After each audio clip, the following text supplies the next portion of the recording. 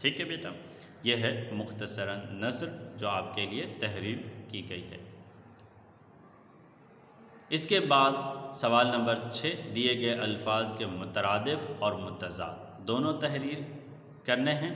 الفاظ ہیں ننھی، سوتی، چلتی، پکی اور چین۔ ٹھیک ہے بیٹا، ننھی اس کا مترادف ہے چھوٹی، چھوٹی اور ننھی، منھی بھی ہو سکتا ہے، جی ہاں۔ سوتی یعنی کہ نیند کرتی، آرام کرتی، چلتی پھرتی، پکی پختہ، چین سکون۔ ٹھیک ہے، متضاد ملاحظہ فرمائیے بیٹا، ننھی بڑی، سوتی جاگتی، چلتی رکتی، پکی کچی، چین بے چین۔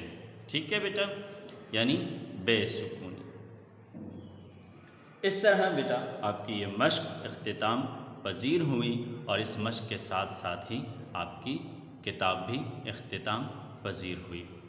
میں ایک دفعہ پھر بیٹا آپ کو تاکید کرتا ہوں، اللہ تعالیٰ کے شکر گزار بندے بنیے، اللہ تعالیٰ کا شکر ادا کرنا نہ بھولیے کہ ہم آج یہ سنگ میل عبور کرنے میں کامیاب ہوئے۔ اس طرح آپ کی ویڈیوز کا یہ سلسلہ بھی پورا ہوا۔ ممکن ہے کہ آپ کو مزید وقت بھی ملے کام کی تکمیل کے لیے، لہٰذا آپ مزید ویڈیوز کا انتظار کیے بنا روز اپنے کام کے سلسلے کو جاری رکھیں اور عملی کام مکمل کریں۔ دراصل آپ کو وقت سے قبل نصاب کی تکمیل اسی لیے کرائی گئی ہے تاکہ آپ یہ کام بآسانی مکمل کر سکیں، اور جب آپ اسکول واپس تشریف لائیں تو ان اسباق کو ازسر نو دوبارہ پڑھایا جائے۔ امید ہے بیٹا کہ آپ ان تمام ہدایات کا خیال رکھیں گے، اپنی دعاؤں میں یاد رکھیے گا۔ انشاءاللہ جلد آپ سے اسکول میں ملاقات ہوگی۔ سبحان ربک رب العزت عما یصفون وسلام علی المرسلین والحمد للہ رب العالمین۔ السلام علیکم ورحمۃ اللہ وبرکاتہ۔